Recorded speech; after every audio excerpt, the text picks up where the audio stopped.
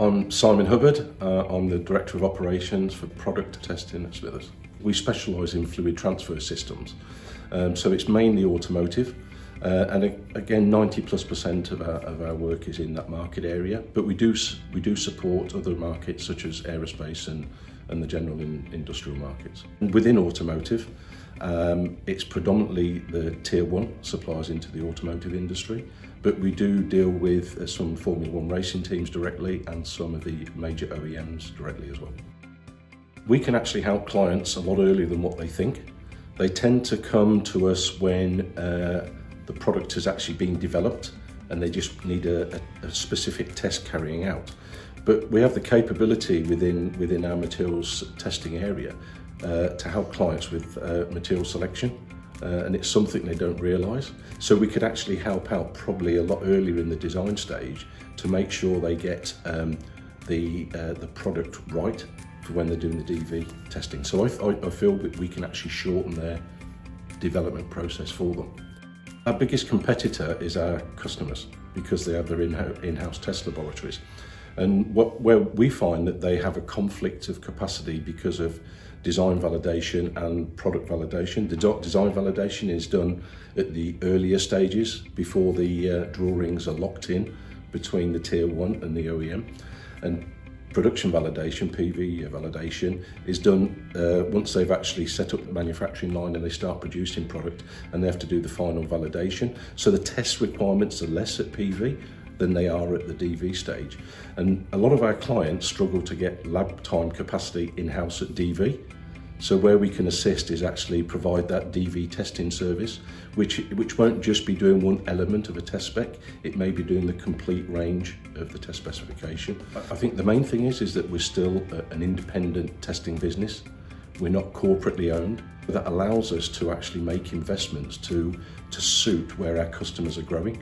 And when we talk with customers, we're not talking to them about just carrying out a transaction of doing a test. We're trying to understand their business, the way their businesses are changing, so we can actually match our testing capability to suit their needs. We offer communication to the clients if they want it, daily.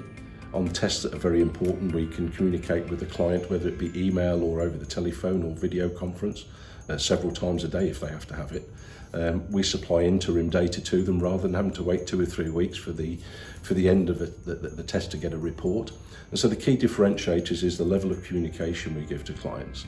And one thing I think which is quite unique, we also set up share file locations on our server for clients. They get passwords and usernames to go into these files.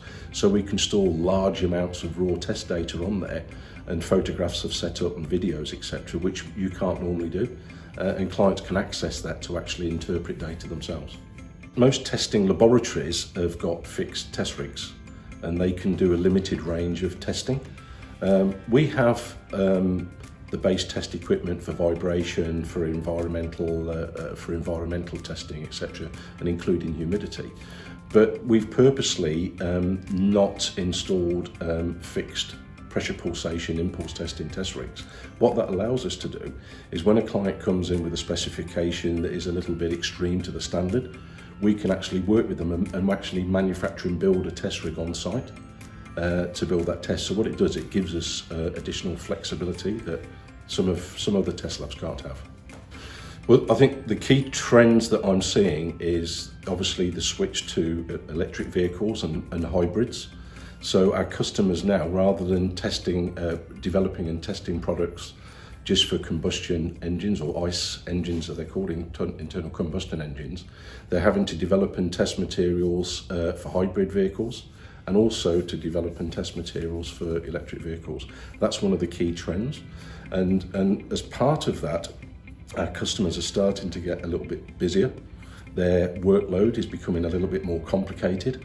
And I think one of the results of that is that there's a little bit of a lack of understanding from some of our customers in terms of the difference in needs between ICE engine testing and electric vehicle